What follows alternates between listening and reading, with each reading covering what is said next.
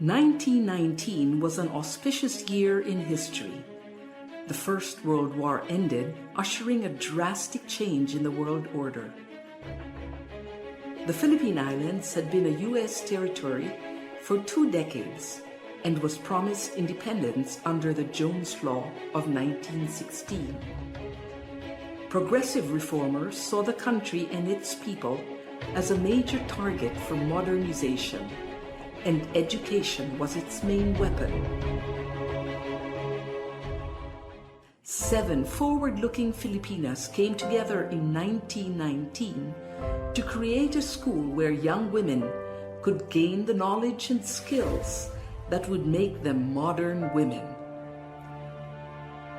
Paz Marquez Benitez was the first president of the Philippine Women's College. Jose Abad Santos was its first chairman of the Board of Trustees. Francisca Tirona Benitez was the second president, and with her husband Dean Conrado, guided the school from a house on A. Flores Street to its iconic Taft Avenue campus. In 1932, the college became a university, making PWU the first university for women in Asia founded by Asians. It provided a space where innovations in education flourished, and young people were encouraged to be the best that they could be.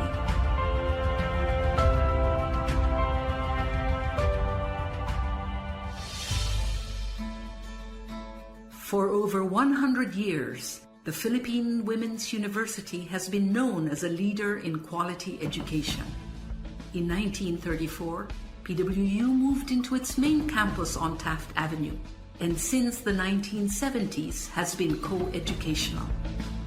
Located in the heart of Metro Manila, it is easily accessible by public transport and surrounded by affordable housing. Today's PWU offers undergraduate and graduate courses in several fields of study. Its business and management programs are responsive to the needs of industry, using evolving technology for global competence.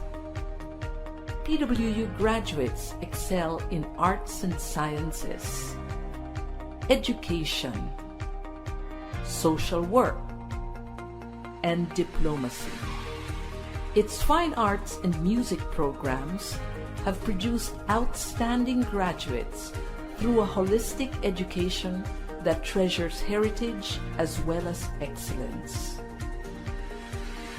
PWU has pioneered in fields such as food science, nutrition and dietetics, medical technology, pharmacy, and nursing.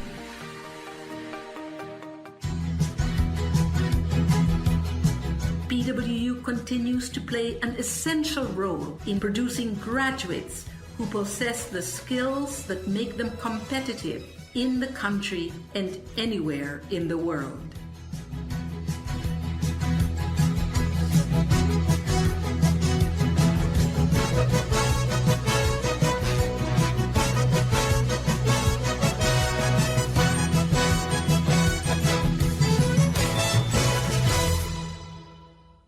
A pleasant day to everyone.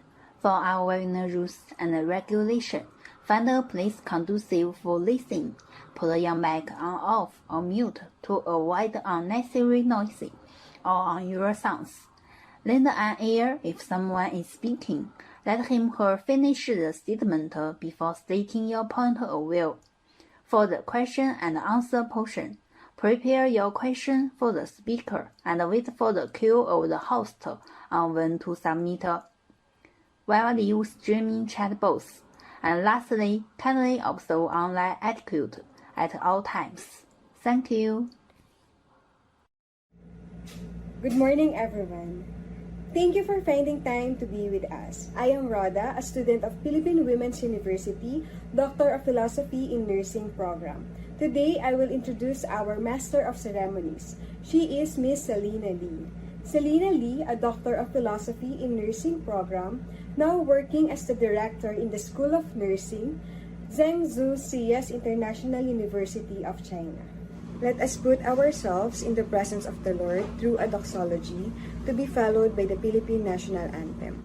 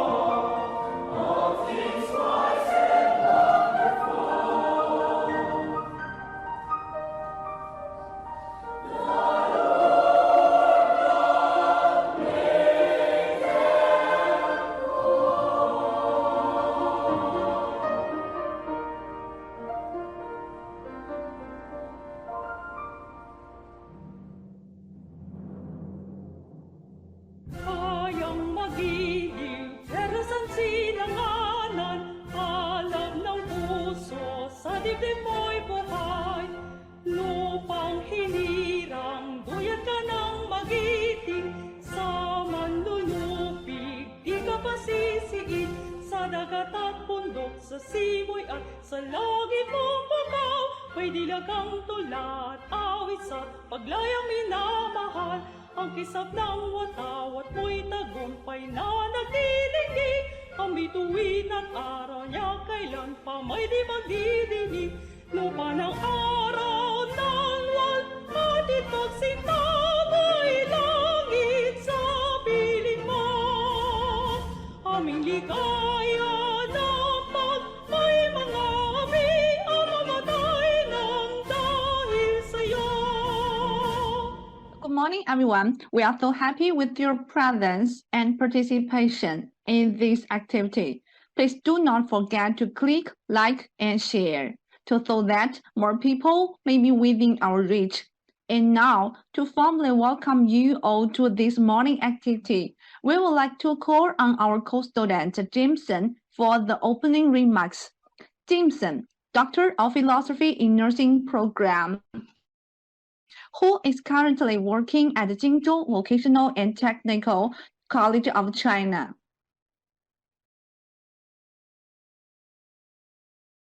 Good morning, dear professors and classmates.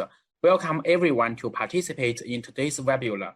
I'm Jameson. I'm the student of the PhD program, and I come from Jingzhou Vocational and Technical College.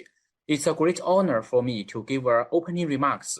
First of all, I would like to thank the university for providing the opportunity to hold this webinar and to share various platform resources. I also want to give my gratitude to all the professors from the university for your help and support to this webinar. And on behalf of our university, I want to say thank you very much to today's 4 professors for those wonderful knowledge you are going to share with us. And thanks also go to our classmates for your hard work during the webinar. Today's world is facing the challenge of COVID-19. As a students from nursing profession, to understand the knowledge and development trend of nursing is our important course. And it also helps us to better fulfill the defense of mankind health. The 4 professors participating in this webinar will share the current trends of nursing development in China according to her different professional. I believe that today's participants will achieve what you are expecting, and I hope everyone will continue to strengthen the exchanges and cooperation after the webinar. Finally, thank you again for your attendance and wish this meeting a complete success. Thank you all. Thank you, Jameson. And now, may we call on our classmate Zhao Yanli to introduce us to this morning's speaker. Lily Zhao, Doctor of Philosophy Nursing Program, now working in the School of Nursing and Health, Zhengzhou University of China. Thank you, Selina, for your introduction. And now I'd like to introduce our first speaker, Professor Zhang Rongrong. Professor Zhang is a faculty of Medical Technology College, Sanda University, and she has been working on the areas hospice care, palliative care, living will, and nursing education for many years, and has published a dozen of papers in some core journals of China. And I think at this time she would like to share with us the work she has done, in particular the status of hospice care in China and its potential research directions. So without further ado, I now give you Professor Zhang Rongrong. Professor Zhang, the time is yours now. Dear my colleagues, my name is Rongrong Zhang. I am the lecturer of the Nursing Department of Shandong University. Today it is such an honor for me to share with you the hospice and palliative care, especially in the research field in China. So first, let's look at the definition of the 2 terms. Hospice care is used when you can no longer be helped by curative treatment and are expected to live about 6 months or less if the illness runs its usual course. On the other hand, palliative care is an approach that improves the quality of life of patients and their families facing the problem associated with life-threatening illness through the prevention and relief of sufferings by means of early identification and impeccable assessment and treatment of pain and other problems, physical, psychosocial, and spiritual. After a look at the definition of the 2 terms, we can find actually the meaning of palliative and hospice care is very similar. Actually, many healthcare professionals would use the 2 terms as synonyms. However, if we look at them deeply, we can see there are differences. Hospice care treats the person rather than the disease, working to manage symptoms so that a person's final days may be spent with dignity and quality, surrounded by their loved ones. On the other hand, palliative care provides patients at any age and at any disease stage with relief from symptoms, pain, stress, and should be provided along with curative treatment. So for instance, a person's cancer treatment continues to be administered and assessed while he or she is receiving palliative care. But with hospice care, the focus has shifted to just relieving symptoms and providing support, so there's no longer curative treatment provided. In the rest of my speech, I would use the hospice care as a term, because I would like to more focus on the management of the symptoms and providing dignity nursing care. The concept of hospice care actually emerged in mainland China very earlier, in 1988, which is more than 30 years ago. However, in the very in the very initial period of this, the development of hospice care in China is very slow. When the time reaches 1994, the Ministry of Health listed hospice care into the catalogue of diagnostic and therapeutic subjects of medical institutions. This means, as familiar as we all know, the internal medical ward, the surgical ward, we can actually officially can have the hospice care ward in the hospitals. However, during that period, there are actually very few hospitals would open or would run a hospice care ward. And if you go out to the street, ask an open-to-talk citizen, well, that she or that he think a very ill patient, a patient who end to their final days would seek help in the hospitals. They would probably answer the ICU ward.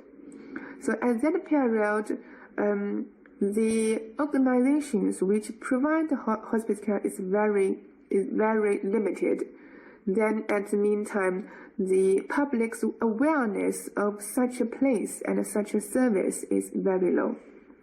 When the time reaches 2017, the National Health and Family Planning Commission issued a guideline for hospice care. This guideline is for professional nursing, is for healthcare professionals. So they then can have the very detailed and step-to-step guideline to guide them to look after and take care of the hospice care patients in their daily work. So from that, now we have more and more hospice care departments and hospice care centers opened and implemented and also providing the service in the hospital and out of the hospital. So this is a very good development, is a very good big step. So here we can see the positive factor to speed up, to help the development of hospice care is very closely linked to the government support. And the government support, the policymaker, is very closely linked or relative to the nursing research. Researchers should take the policymaker the change of the society, then we're going to the change requirement of the society. So we all know our society is facing aging problem, is facing lots of the patient will turn into their end of stage life. So in nowadays, these kind of patients would spend their final days at home. However, so at home, their family members would become the main person who have the responsibility to look after them. However, in that stage, because lack of the knowledge and the training, their family members actually would become helpless, would become hopeless to care such a patient, to care such a family member. So they actually would need the hospice care unit to provide the specialized care to help them to live a dignity and a high quality life at the very final days. So the researchers should do the researches to have the evidence to tell the policymakers. So when the time is in the earlier as early as 1989 to 1991. The research in hospice care is developed very slow.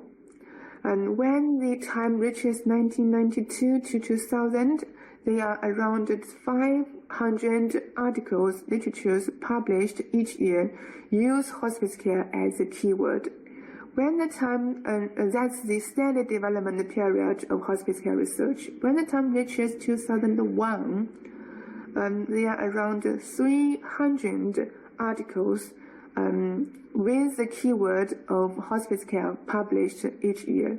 So that's the rapid development and development of the hospice care research. Among the researchers, most of them are have been published in domestic journals instead of international journals. So there are reasons behind. So one could be the language barrier. Second could be the Chinese researchers are not methodologically strong enough to meet the criteria of the international journals. So it is such a pity for the researchers in China, a very big developing country, to share the experience of hospice care and with the world colleagues.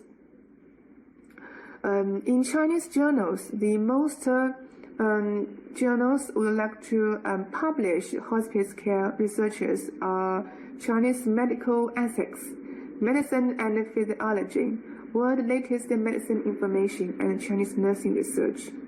After reading the literatures, we can find there are a few authors and institutions are continually doing the research and publish their result of hospice care in the journals. However, the collaborations between them, among them, seems less, which is very pity. Also, the studies, most of studies are small scale. So the large scale, the national level researchers or studies of hospice care is looking forward. But there are many barriers such as the geography and the different kind of ways of treatment among different hospitals. So we need to find the solution to more kind of doing research in a large scale to increase their factors, their power. And when we talk about hospice care, we cannot avoid the topic of life and death. And this is not an easy topic. In Chinese culture, or if I can expand it to Asian culture, death is always not a welcomed topic. There are many people would like to avoid such a topic in either public settings nor private settings. They would regard this topic as sad and unlucky. However, if we want to spread the concept of hospice care and implement hospice care in a more broad way, we need to help the publication to open their mind, to open their mouths, and to open their heart, to think, to talk, and to accept hospice care, and of course first to accept life and death. Because when the patient being charged in the hospice care department, they, in their deep heart, would know their situation. There's no cure kind of medical supports, and they are facing the final days. They would know that, and they would have to accept it, to know that before they can be charged in such a setting. So after this, so we would have the population then to discuss the topic of terminal care and hospice care. We actually have many researchers to study the awareness in different group of population of the terminal care. For instance, the nurses, the doctors, the elderly people, the oncology patients. So how many of them are aware that there are terminal care kind of units existing in the hospital, and also ask would they like it or would they not accept it? So they choose the group of population like nurse and doctors, or the old patients or the oncology patients, because they are the most possible population have to think about the topic of life and death, and would have the more opportunity to notice the concept of hospice care and aware of that and know that. Besides that, there are also many studies studied the psychological status and the quality of life of terminally ill patients with the hospice care and without the hospice care, and the findings are very interesting. If you have interest, you can search the literatures and just take a look. In nowadays, in China, the communication, the empathy, the caring for patients, psychological, spiritual, and the social needs are the responsibility or the duty of the nurses. So that's why the recent researchers study about hospice care are authored by nurse, because they are the people who giving such of the service, either in the normal ward nor in the hospice care ward. However, in the future, we would like to involve more health professionals in the hospice care research. So, for instance, the doctors, especially the doctors in geriatrics, oncology, and emergency department. The studies on drug use, symptom control, bereavement care are urgently needed. And if we look at the current studies, most of them are small-scale, descriptive, and observational. The interventional, experimental, and large-scale are looking forward. Also, there are topics around advanced care planning, palliative medical teaching, dignity therapy, and do not resuscitation. These kind of topics are in urgent need, and this is very good to be chosen for the future studies in hospice care. Now, my study is focused on the living well, which is under the catalog of advanced care planning. This concept, this idea of living well is from a lawyer. We all know well, right? So well is a person can make a choice on well and who and how his money and his property would manage after his or her death.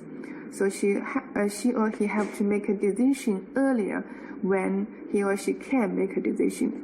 Then the lawyer think about why a person cannot to make a decision of the medical choice. What kind of the medical service I would like, and what kind of the medical treatment I don't like, I would deny when I reach the very end of stage of my life.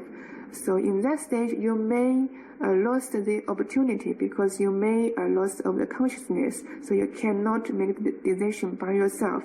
So you need to write down a living well earlier when you are young, when you can make the decision by yourself. So this is the concept of living well. My studies, because this is a very new concept, so my studies would around how many of the nurses and doctors knowing about living well, and what is their understanding of that, and do they think the living well will accepted by the Chinese and the big Chinese publications? Do they think it can be implemented in China? What are the barriers, and what will the living well fit with the Chinese law system? These kind of very difficult questions. I have found some of the very interesting findings. So one of the very interesting findings is actually the old people who is aged more than 65. So I used to be think they would be very careful, very sensitive about this kind of topic of living well, because we are talking about doing plan for your dying days. I would think they don't like to talk about that. I think they would be very sensitive. However, when I doing either the research, either the interviewing or the questionnaire, they actually are very open-minded. They can talk to you. They are open to talk to you. They are happy to discuss with you. However, I ask, do you talk about this kind of topic with your children? They think no, because they think their children don't like them to talk about that. So you see, the both side misunderstanding. The both side misunderstanding think about the opposite side don't like this topic, but actually no. There's no sensitivity, and both of the sides are open to talk. So that is one of my very interesting findings. So that is my research. So I think if you have any interest to do any collaboration with me, I have left my email address in the very front screen paper, so you can contact me at any time if you have any questions and research collaboration interest. And the healthcare researchers in China, the questions we have to ask in the future, including first, what kind of patients need hospice care? So most of the patients we can think about is oncology patient, but do we have any other patients? Actually, I would say everyone would need hospice care because everyone would enter into the final of the life stage and enter the very last days. However, what are the priority of the population we need to think about to provide the hospice care?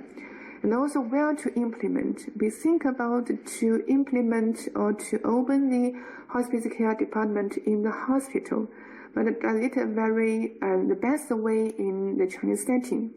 Do we think about to open the hospice care center in the community which is more near the patient's home? Or do we think about to provide the hospice care in patient's home? And do we have enough nurses or doctors to provide such kind of care? So this is all the questions for us to be answered. And also who to implement? Will it be nurses, doctors, or social workers, or other healthcare professionals? Because the workforce is already shortness, so can we do that? Also, how to do the training. So most of the current nurse and doctors, their training system will train them how to run the curable treatment. So would be not very specialized in hospice care nursing, the hospice care kind of and ways to help the patient. So we have to do the training. How to do that? Do we do the training in school or do we do the training in work, at job? And how to do public education. So we have to, because we already discussed many of the old patient or the old people or the patient that would like to spend their final days at home, their most familiar place with their children. But at home, they are lacking of the specialized care, specialized treatment they need, like how to control the pain. So how to balance this is a question. Also, how to influence policymakers. For instance, I would use my research. For instance, the living will is a legal statement in Western countries. So it is having the power. So when the doctors, when the family members see the will, they have to respect the will. They have to follow the will to make decisions on the medical choices. And however, can we do that in China? There are lots of the complications, lots of the barriers. How can we influence the policymakers to see the barriers, to notice the difficulties, and to find the solutions?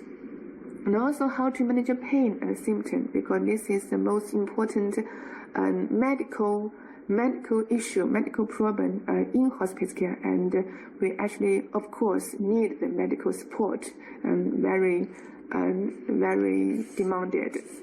And how to cooperate, the cooperation between nurses, doctors, and social workers, and also family members, how the multidiscipline worked, and also with the family members, how to give the hospice care to the terminally ill patient, how to really give them a very good, nice, and decent and peaceful final days. All these very difficult to answer questions to be researched in the future. So that is all the contents and the topics I would like to share with you today for the hospice. And palliative care. As I just mentioned, if you have any questions and any interest to collaboration in research, you can always email me. Thank you so much, my colleagues. Thank you for that inspiring talk. Professor Zhang has offered us so much fruitful information on hospice care in China, as well as its potential direction we could forward in the future. And now, may we call on our classmate Shi Yan to introduce us to our second speaker for today's activity. Yan, a graceful lady, Doctor of Philosophy in Nursing program, now working in the School of Nursing and Health, Jingzhou University of China. Welcome, Yan. Thank you, Selena. Hello, everyone. Next, I'm honored to introduce the second speaker, Dr. Niang Hui Peng. Dr. Peng joined the College of Nursing and Health in Henan University as a professor in 2020. Her professional major is pediatric nursing and minor major is neonatal nursing. Her major research areas are including improvement of the neonatal and pediatric palliative care, and to develop the interdisciplinary pediatric palliative care and evaluate the effectiveness of clinical practice. Dr. Peng's research is published in more than 13 papers, and she also published 5 textbooks. So let's welcome Dr. Peng to bring us the lecture of trends and issues in pediatric and neonatal nursing research. Everyone, it is my pleasure to present my research to you. First of all, I will start with a quick introduction. My name is Niang Hui Peng. I was born and raised in Taiwan. I earned my doctoral degree in nursing from Nursing College of the University of Missouri St. Louis. Now I'm a professor in the Nursing and Health College in Henan University in China.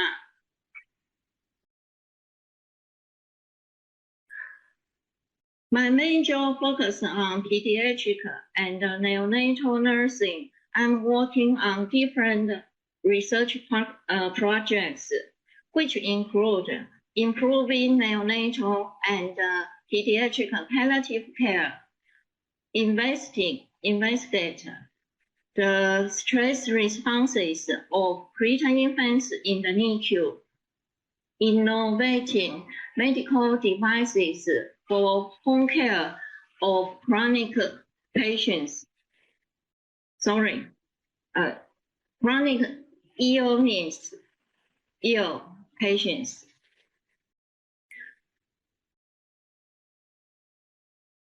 Today, I'm going to present one of my innovations, Wise Baby Nest.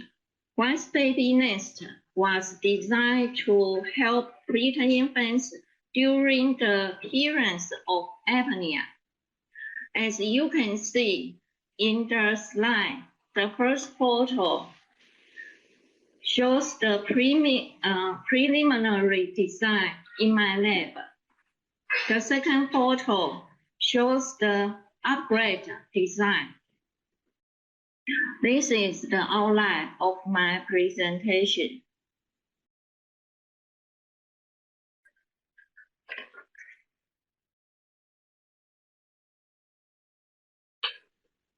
In preterm infants, apnea is the most common and frequently occurring problem, and it is a major concern for caregivers in the NICU. The definition of apnea is in preterm infants is the cessation of breathing for more than 20 seconds, or the cessation of breathing for more than 10 seconds with bradycardia and oxygen or oxygen situation. There are 3 types of apnea in preterm infants. First, central apnea of prematurity. That is apnea resulting from immature central nervous system. Second, obstructed apnea. That is apnea caused by a obstructed upper airway. Mixed apnea. This is apnea resulting from a combination of 2 types I have just mentioned.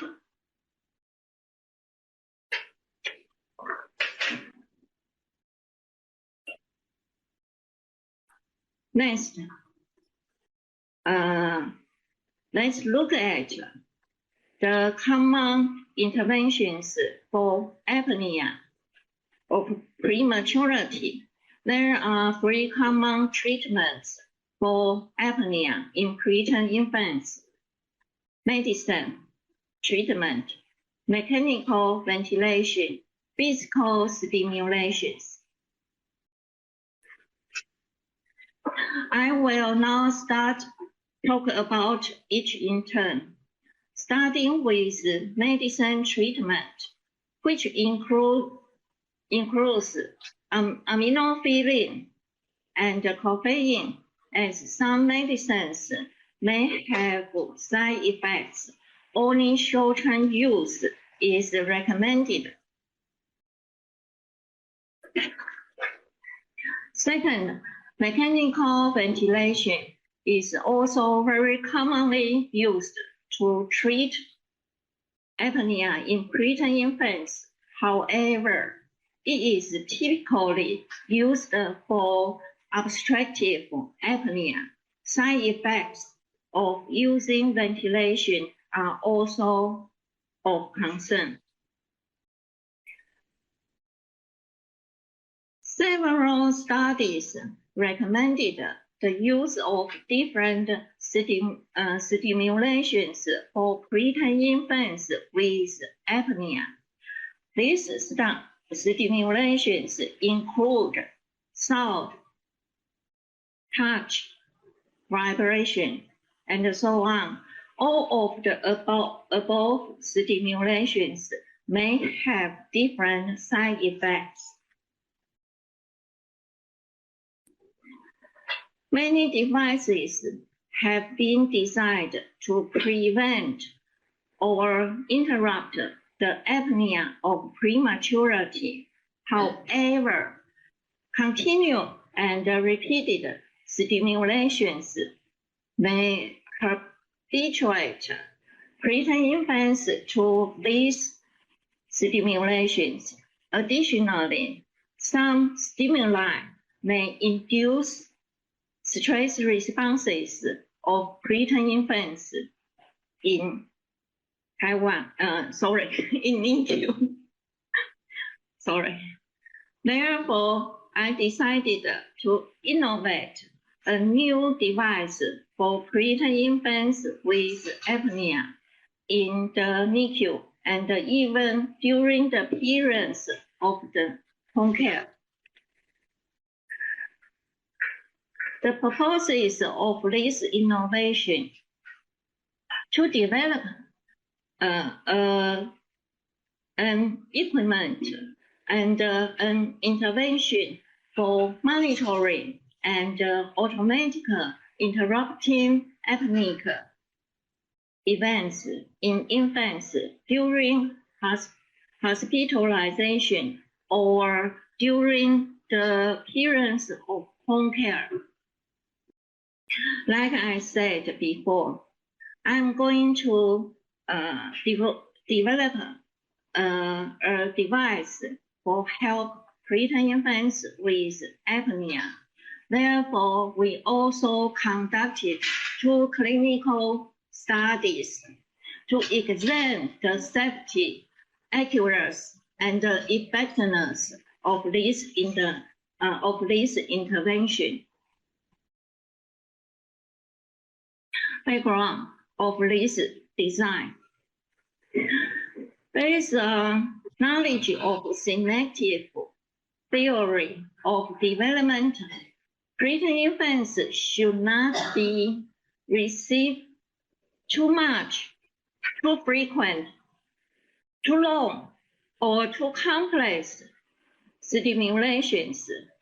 Therefore, we developed a device with a system of multiple discrete stimulations. There are 3 stages of building this device. First stage was to design a prototype. Second stage was to assemble and remodel the device.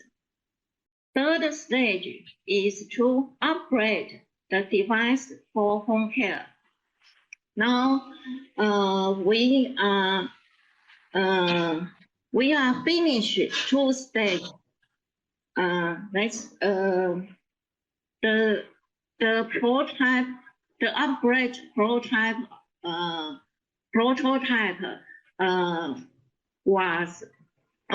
is the Wise Baby Nest.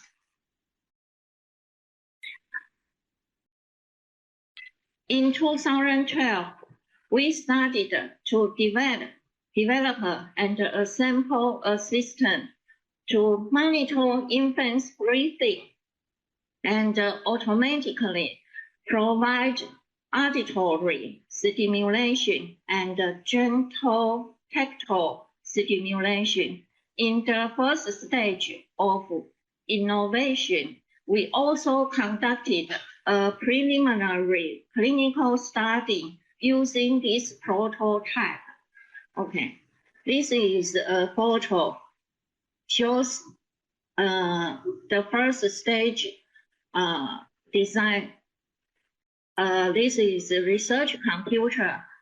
We connect research computer with neonatal cardiopulmonary monitor, and this is a fake adult. It's not real baby. Okay, the photo shows in my lab, so I cannot explore the baby's photo to you.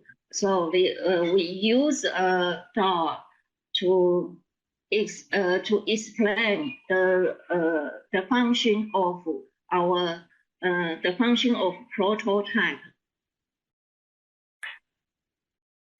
In 2014, I upgraded the original prototype to combine all monitors along functions and plus 1 non-invasive vibrotactile stimulations.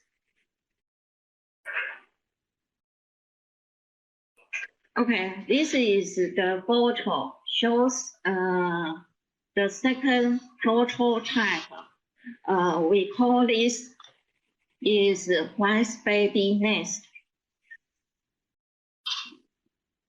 In this stage, we got 2 patents which are related to this device.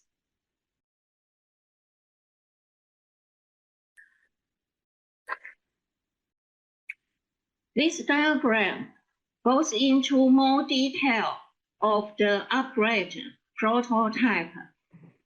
The cardiorespiratory monitor system continuously monitor preterm infants' physiological signals. Once apneic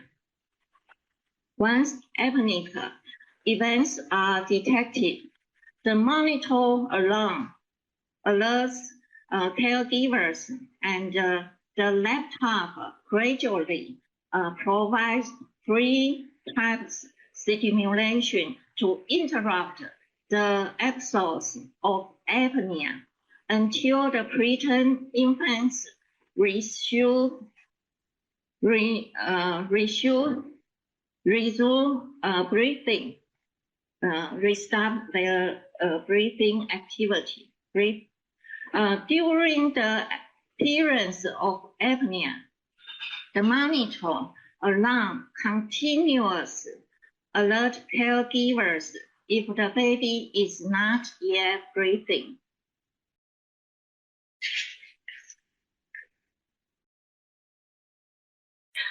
After refining the device, we conducted the second preliminary clinical study.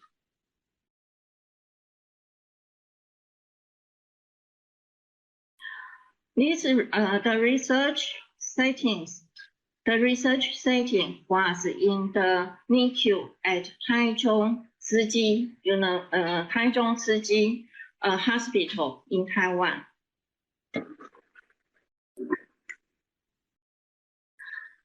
This slide will tell.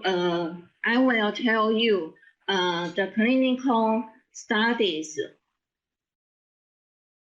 Based on clinical studies, this device provides the safe, accurate, and effective intervention to interrupt apnea in preterm infants that can reduce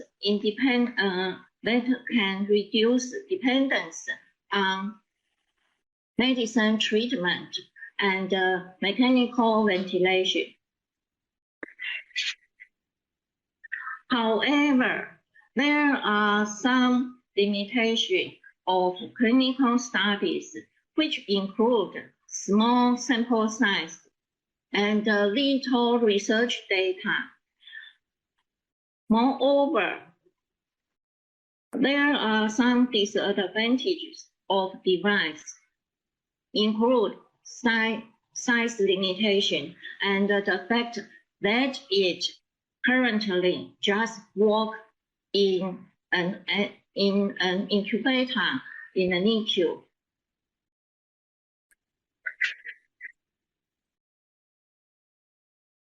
The device needs further refinement for home care, including a computerized alarm system at the caregiver's usual workplace and a wireless device to send notifications to the caregiver's cell phone. In addition, there is a need to set up an individualized system of stimuli for preterm infants.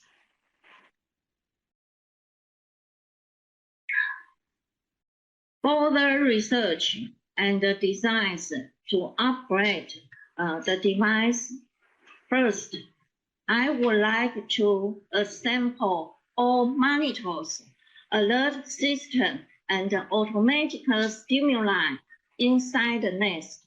Second, I will reshape the nest to provide sufficient support positioning for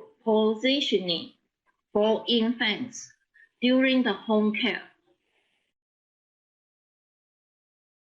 Thank you for your attention. Any questions or suggestions? Yes. About this, please tell me about the design, the price, about the outbreak of emotion. Okay. You want to know how do we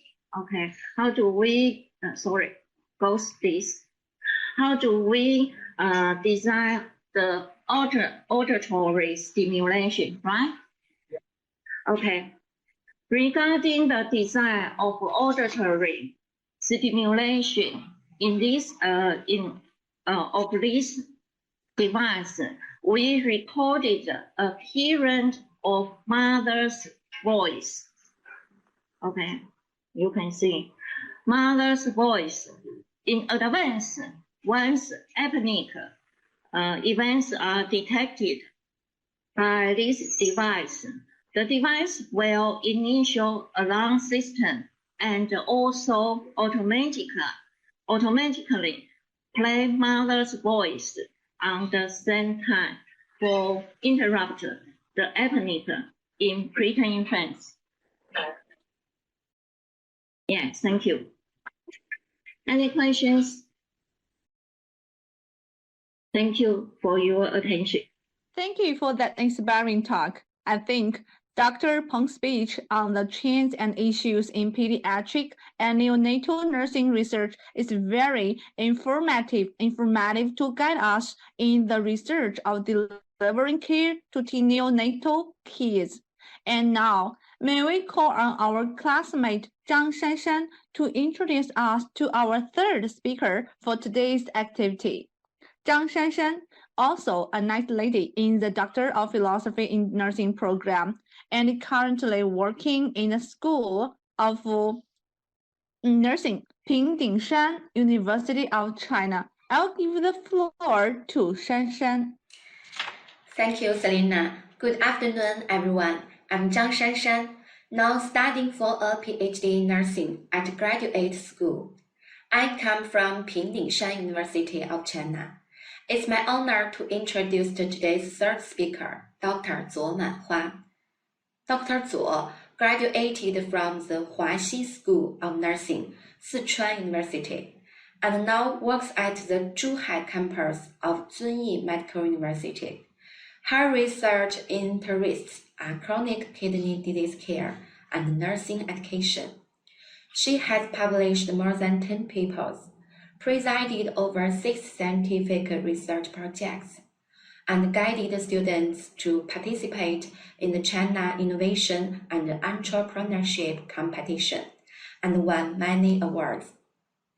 Now, let's welcome Dr. Zuo to bring us the lecture, How to Effectively Respond to Public Emergencies in the Future. Ladies and gentlemen, I'm glad to give me a chance of this symposium about SIM. Before the SIM talking, I'm appreciate the sponsors for giving me a chance of study and exercise. Now, the presentation of this SIM is about the influence of COVID-19 in global. The pandemic of the COVID-19 in worldwide is persisting 2 years above, and its several affect people's life and working. So, this sum is about 3 outline. First, the influence of COVID-19 in America. The pandemic of COVID-19 in America is working hard.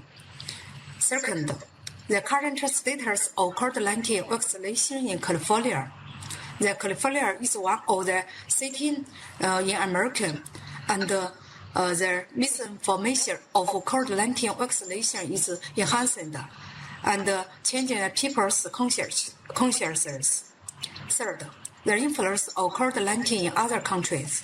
The other countries mainly talking about South Korea. The pandemic of COVID-19 is changing people's consciences and affected people's life and working. Therefore, the objective of this SIM is about as COVID-19 deaths continue to mount across the country.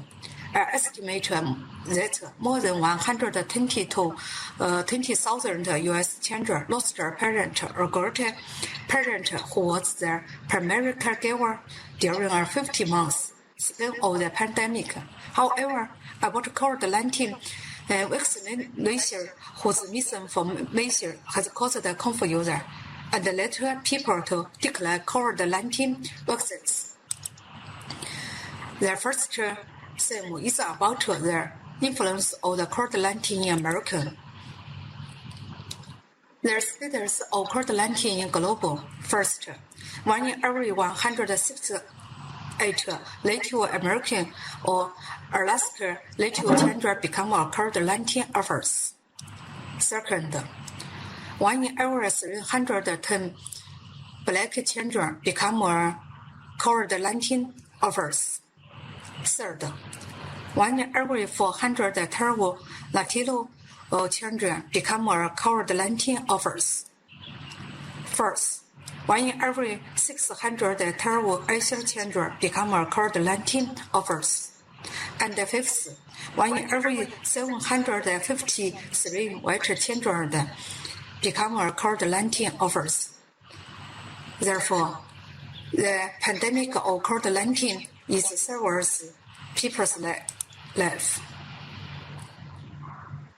The status of the COVID-19 in California has the latest on what's happening with the coronavirus in California and beyond. As the COVID-19, their investigation pointed out that children infected with the coronavirus rarely become sick enough to die, but this death can still cause them a life of the heartache. Second, more than 120,000 U.S. children lost their parent or grandparent who watched them, fed them, did their laundry, made sure they got to school, provided a house, and generally made their lives possible.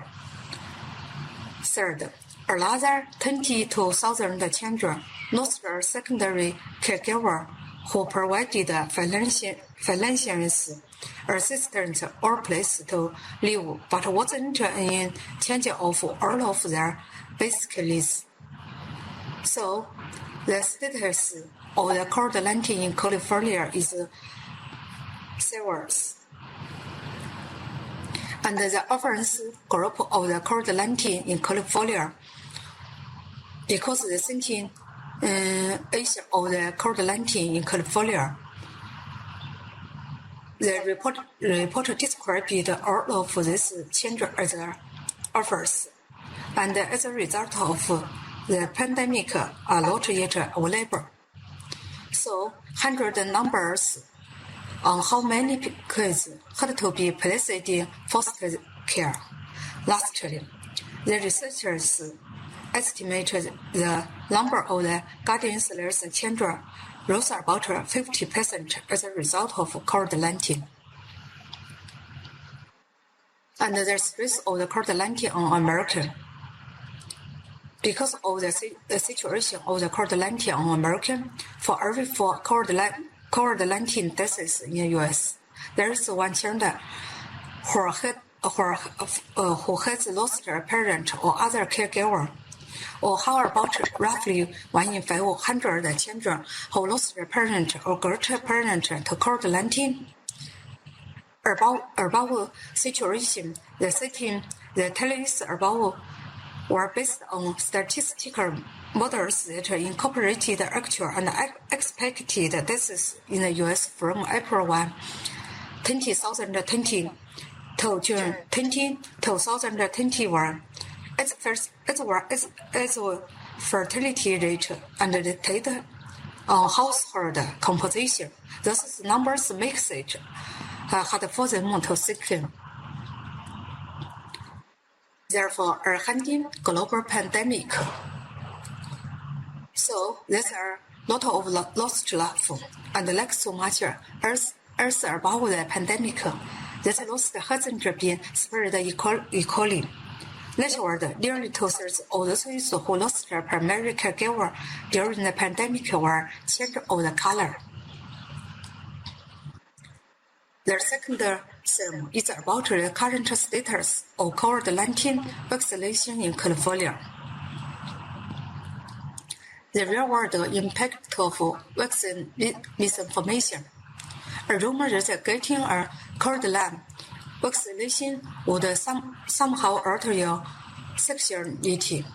Second, a recent study showed that even brief exposure to COVID-19 vaccine misinformation made people less likely to want a COVID-19 vaccine. Third, misinformation has caused confused users and lead people to decline COVID-19 vaccines, reject public health measures such as masks and physical distancing, use the unapproved treatment. And then their influence or rumor of the COVID-19 vaccination. First, their biggest myth or fear is the fertility issue. Second, another rumor claims COVID-19 vaccines alter recipients' DNA. Third, some people were turning down COVID-19 vaccines. So the result of the rumor of the COVID-19 in California. For all the COVID-19 vaccines countries can jeopardize the people who asked health working, so compel them to clinics. And the antidote to misinformation, of course, is truth. And the last thing converts the truth is first for is the death of our loved one. Last, at the moment an estimate first death for COVID-19. Therefore, fear of their future was replaced by fear of the gone without it. The pandemic plunged the millions of the Latin American into poverty, young people inheriting the consequences. The coronavirus has plunged the millions of the Latin American into the poverty and reversed the poverty region's progress toward the equality, dealing an especially colorless blow to young people face the twin barriers of surging unemployment and diminishing opportunities. And where the poor get the poorer, the region's middle classes toward watching the young world experts face their own reckoning as the advance of recent years were stimulated. Their souls exhausted. So the young Latin American are not only inheriting the lasting consequences of a pandemic, they also face a winding landscape and disquieting layers of violence, police turmoil, and social strife. Their voices were from rebellion to resignation about how to navigate everything from cutters to corruption to climate change. Their third theme is about the influence of COVID-19 in other countries. For these young people in privileged part of the world, the pandemic was an opportunity.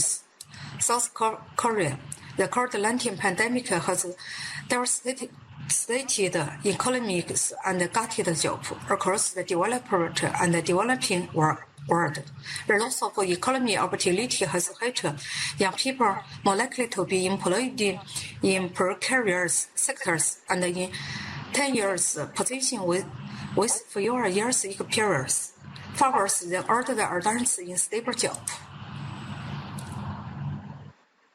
So, young adults in South Korea flocked to retail investing in unprecedented numbers. No longer seeing a solid future or growth in transition employment the way their parents did. Many began talking about massive loss to go all in on the stock market. Therefore, I think there's always opportunities in change. Thank you very much. This is all about the theme to talk COVID-19 in worldwide. Thank you again for the sponsors for giving me a chance to study and the exercise. Thank you very much. Thank you for that inspiring talk. I think Dr. Zhuo's speech on the chronic kidney disease care and nursing education is very informative to guide us in the clinical practice for the care to this kind of patients. And now, may we call on our co-student Zhang Panpan to introduce us to our fourth and last speaker for today's activity. Thank you, Selena. Good afternoon, everyone. I am Zhang Panpan, a student of PhD program. I came from the First Fleet Hospital of Henan University of Science and Technology, which is located in Luoyang City, Henan Province in China. Now, it is my great honor to introduce our fourth speaker, Dr. Peng Sijing. Dr. Peng is a PhD in nursing at Philippine Women's University, who has a lot of experiences in research. He has published 2 papers and participated in the 9 research projects which are ongoing. Today, Dr. Peng will give us a report. The topic is Trends and Problems in the Delivery of Chronic Care for the Elderly in China. Now, let's welcome Dr. Peng. Hi, good evening everyone. Thank you for inviting me to this webinar. I will share my topic of attendance and challenges in the theory of chronic care for the elderly in China. Firstly, please allow me to introduce myself. I'm Peng.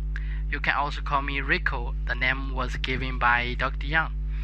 I graduated from TWU, specialized in the Doctor of Philosophy in Nursing, and now I continue working as a postdoctoral fellow in China, and specialized in the nursing theory, nursing education, and the elderly nursing.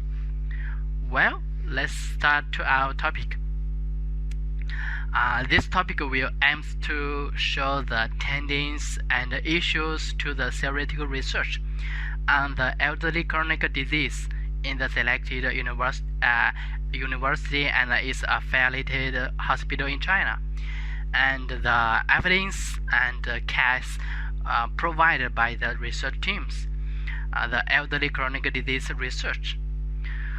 I will separate discuss from background such as the population science, age pyramid, and population growth trends.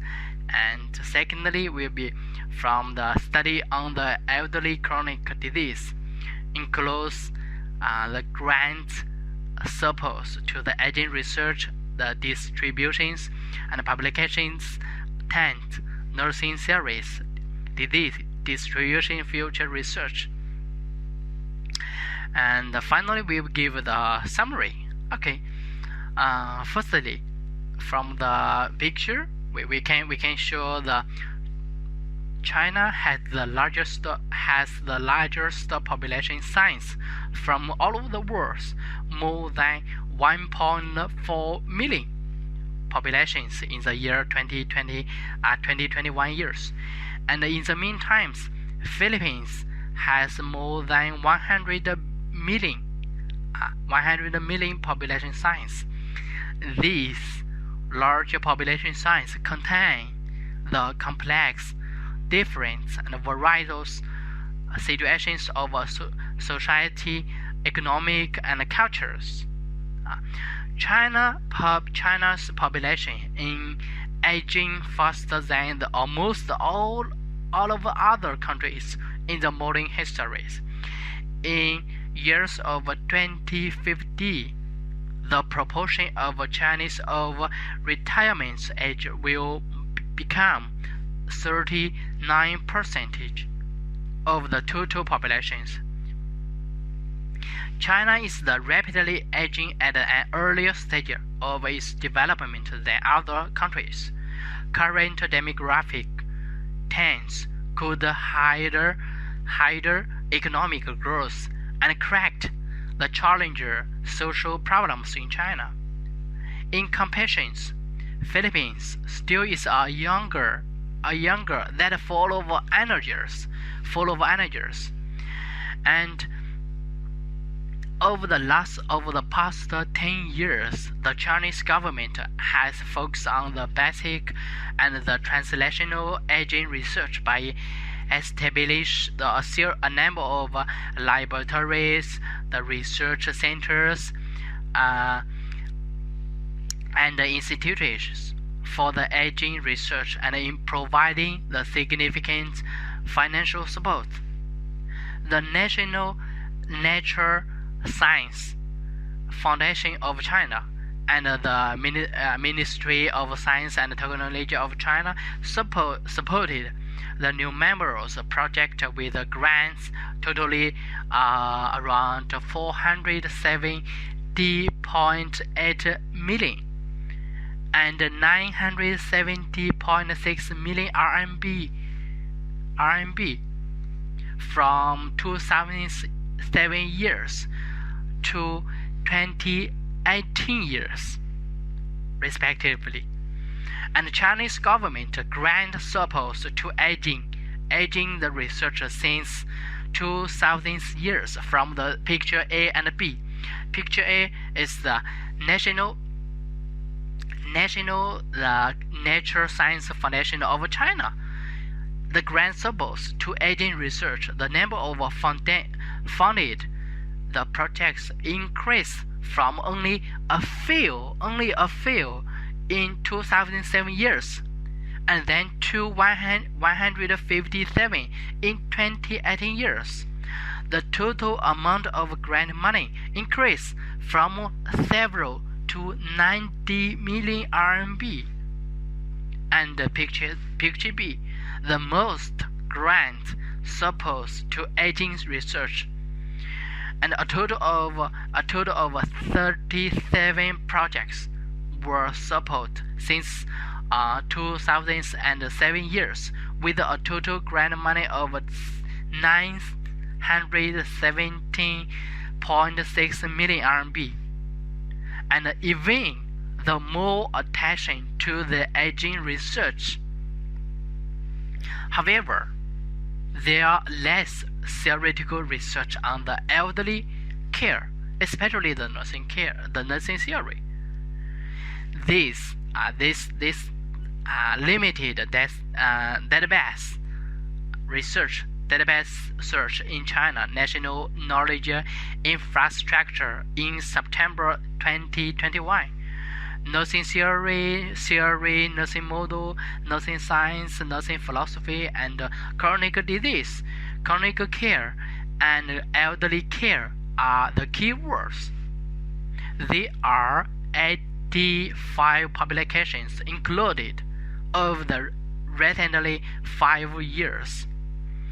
As shown in the publication per year, there are not more than 20 publications left to the theoretical research of the chronic care for the elderly disease. The result means less attention, less evidence, and slowly development on the theoretical research. The current research focuses on the continuum of nursing model, continuity, nursing care, nursing management, and community-based chronic disease of the elderly, and the community nursing interventions, especially the elderly care in the communities. Right? When clarify nursing theories, distributions to the chronic disease research, protection, motivation theory, self-efficiency theory, and the ORM self-care theory appeared more, and then the transcultural nursing transition theory. However, theoretical research of chronic disease for the elderly only basic on the simple application, such as learning the theoretical framework, the conceptual framework. The study design often refers to the correlational study and the descriptive study and the pilot study. Generally speaking, local research mainly focuses on the middle range theory, especially the application, less the original theory or the development of the theory. And so far, nursing theory to chronic disease research are most introduced from the foreign country, especially the United States, England, Australia, and so on, especially from other countries. But nursing theory is widely used in the field of the elderly rehabilitation and care, mainly self-care theory, which conducive to improving the self-care ability and quality of life of the elderly, especially in the home setting. Protection, motivation theory, transition theory, and preventive treatment of disease and standard theory are widely used in chronic disease management. Health guidance for the patient with chronic disease based on the preventive treatment theory can block or delay the progress of chronic disease. Although more and more attention has been paid to the theory of protective motivation, health education based on the theory has been used as an intervention to explore the cognitions of the disease risk factors or target the health behavior of the patient with chronic disease. The complaints theory is applied to the patient health education to achieve the goal of self-control and the self-management of disease.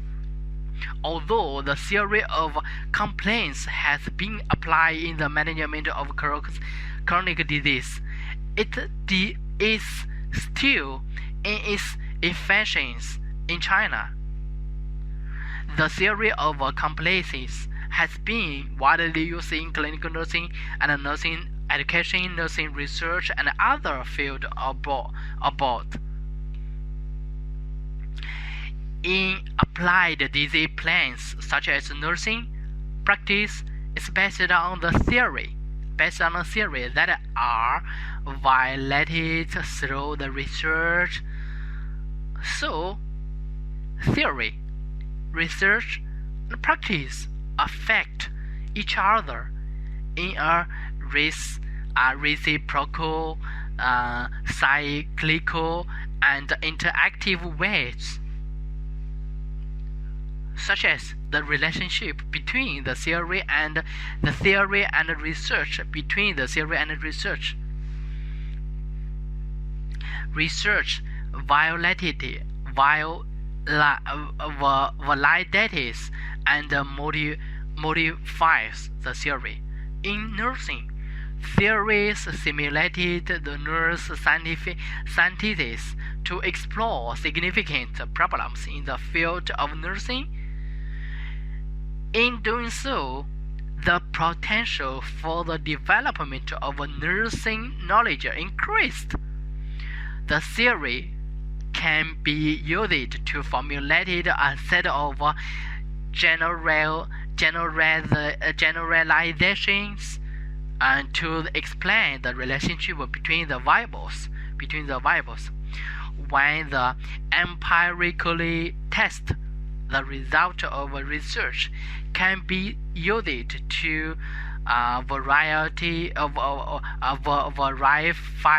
verify, modify, disapprove, or support theoretical propositions. Secondly, the relationship between theory and practice. Theory guides practice. One of the primary uses of theory is to contribute insights about nursing practice, simulations through provision of the goods for assessments, diagnosis, and interventions. Likewise, through practice, nursing theory is shaped, and guidelines for practice evolves. Theory renders practice more efficient and more effective, and the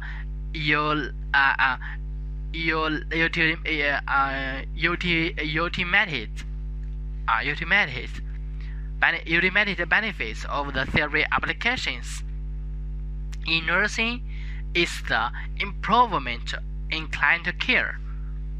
Third, relationship between research and practice.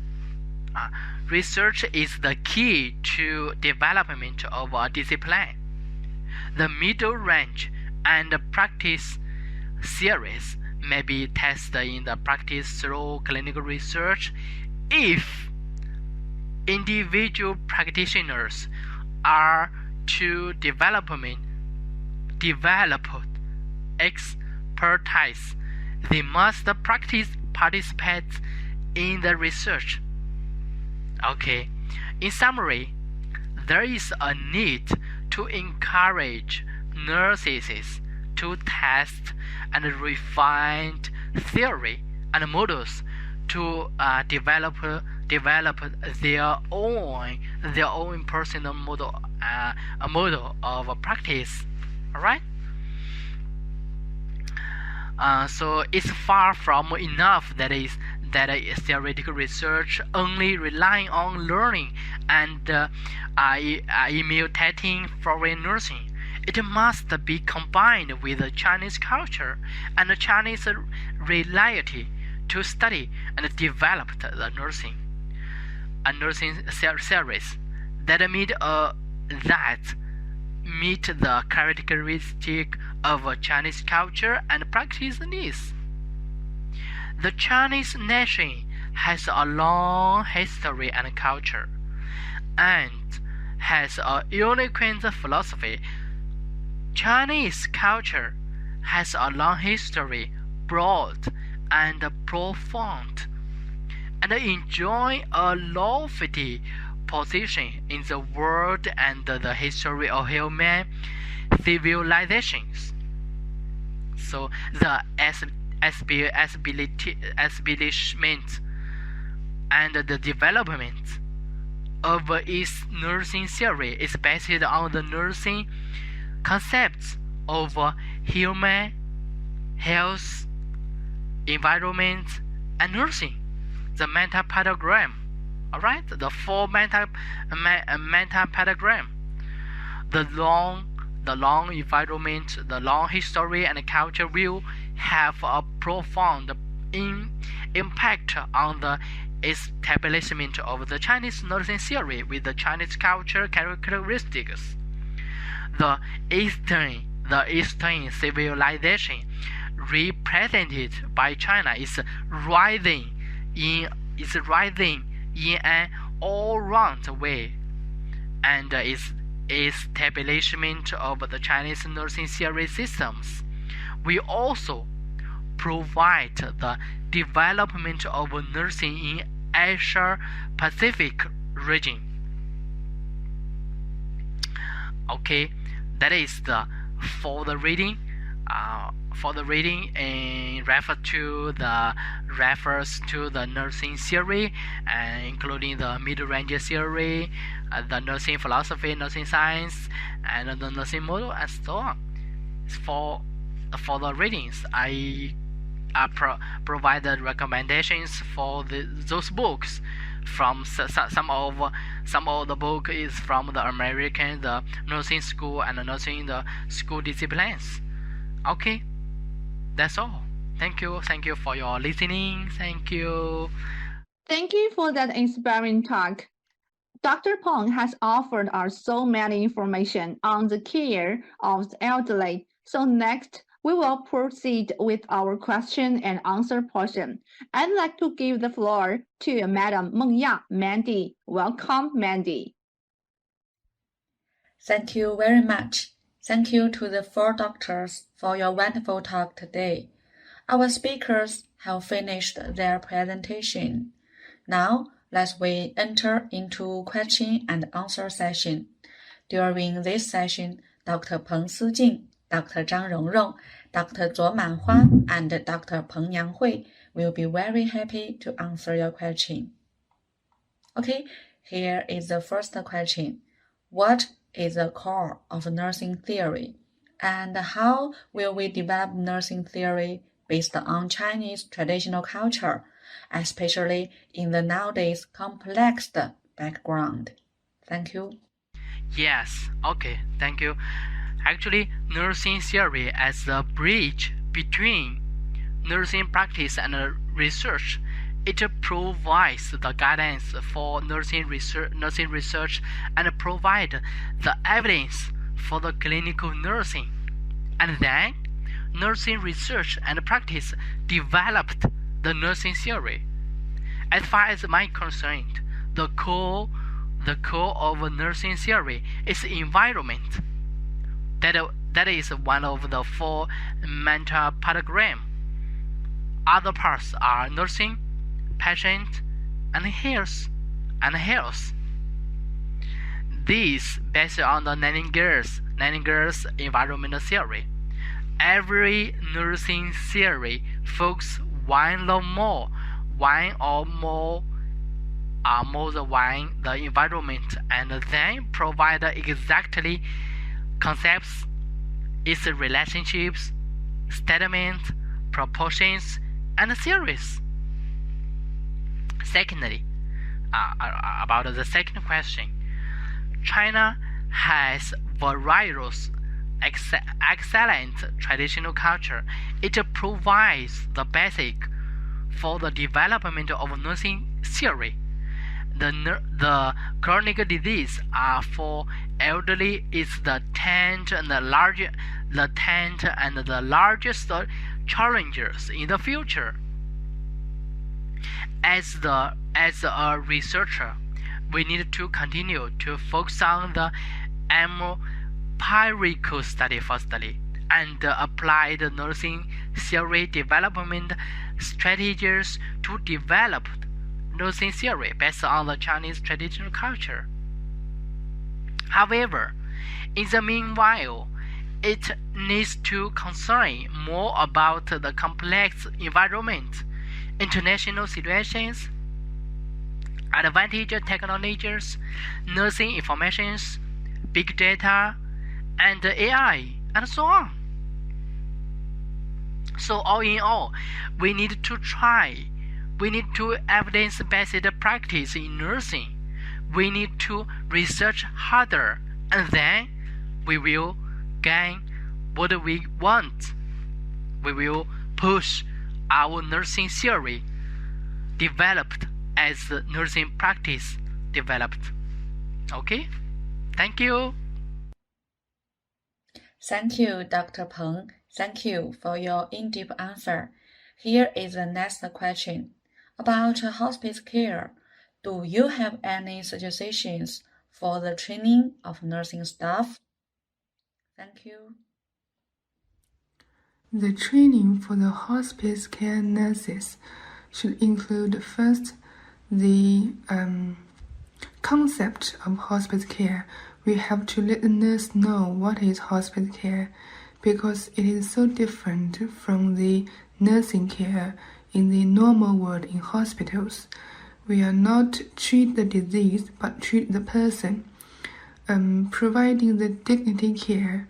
So the nurse's concept about hospice care have to be shifted from the normal hospital care to caring for the patient rather than the disease. That's the first point. Second, very important is help the patient to feel comfortable. Feel comfortable include stay away from pain. So the nurse have to know the ways, and including the physical ways and the psychological ways to help the patient live away from the pain.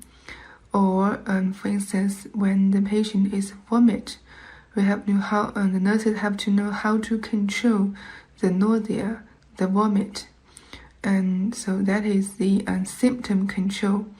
And third, very important, it is not only to treat the patient physically, but also the psychologically. So because people would experience the panic and the depress, and the sometimes would afraid of passing away. So they would have to, sometimes they want to talk this topic with their families, but sometimes it's hard for them to discuss such difficult topics with their very loved ones. Sometimes it's easy for them to open up the mouth with with the people have no kind of relationship, the blood relationship. So the nurses have to talk to them and guide them and lead them to spend the very last days on earth. That is very difficult, as I can imagine. And of course, there are lots of other ways to train.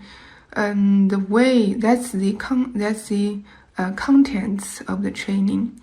And there are other issues about who to train and where to train. I think there are some of the topics or education already we have, especially in the gerontology nursing course. We are took something about the hospice care to our undergraduate nursing student, so they know something about hospice care in the way and they can understand. And when I think the main training should be in the hospital at this moment, including all the things that kind of the way to train, then the nurses would actually well and can work in the hospice care department. So that's the location to training. And who to train? Of course, the lecturers in university, they were trained. They were trained undergraduate nursing student. And in the hospital, I think the nurses who have the way or have the opportunity to know hospice care in early days and experience the working kind of and opportunities to live with or care for the dying patient. So they have some of the experience and also the experience in training, sometimes the training abroad. If they know that, if they have the abilities, the competence, they can become the trainer. They can become the trainer for the new nurses who are come to the hospice care unit. That's the training section, I think. Thank you, Dr. Zhang. I really hope that these suggestions can be successfully implemented in future hospice training. Here is the next question. For the pandemic of COVID-19, what advice your doctors would you like to give us nursing students on research design at this particular time? Thank you. Thank you for this request. For the nursing research design, I think first the nursing request is come from life and the clinic. Secondly, the nursing request design should be scientific, feasible, and so on. Thank you, Dr. Zuo. The last question for Dr. Peng Nyanghui is that, what other research do you plan to do in the future in the care of preterm infants? Thank you. Okay. You want to know how do we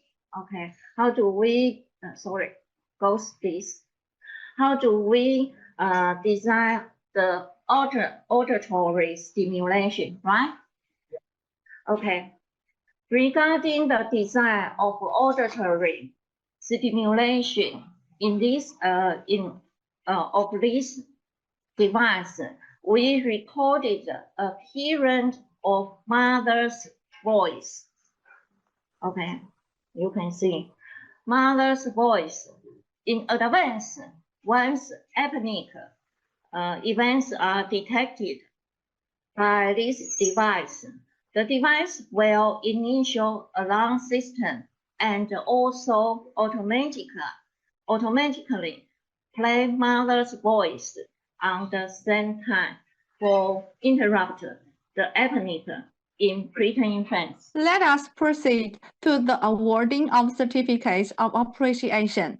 This is to be done by our mentor, the Dean of the Philippines Women University School of Nursing, our very own Dr. Minerva D. Ella.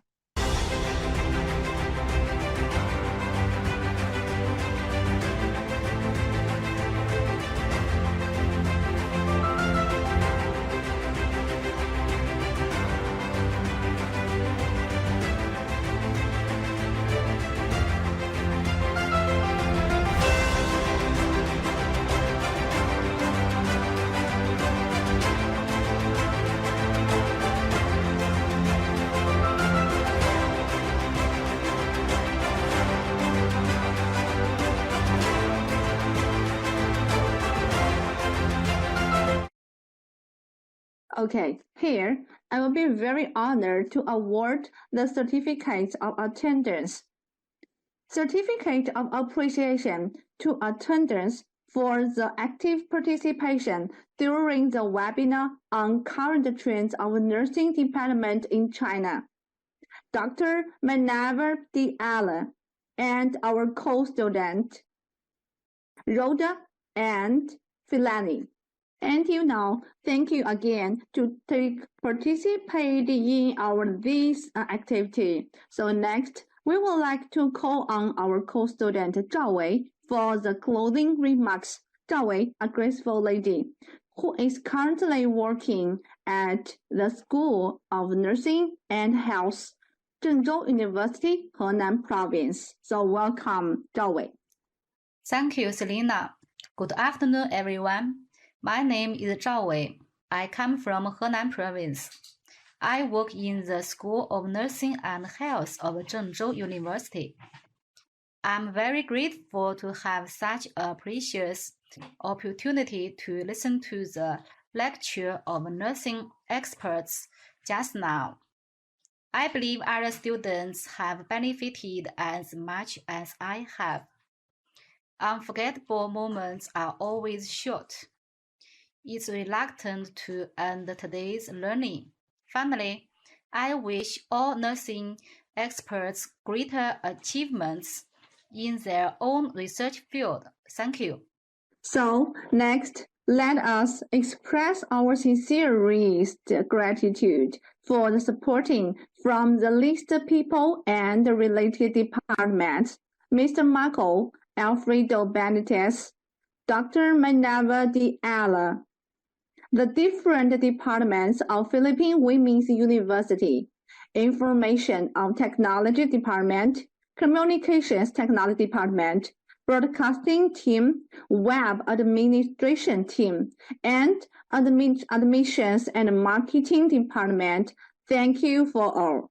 Thank you for all the members of the webinar committee to coordinate and support. So let's proceed to the last proportion. I'd like to invite all of you to evaluate our webinar this time. The listed link is available to log in, or you can scan the QR code. To close this webinar, let us all sing the PW song.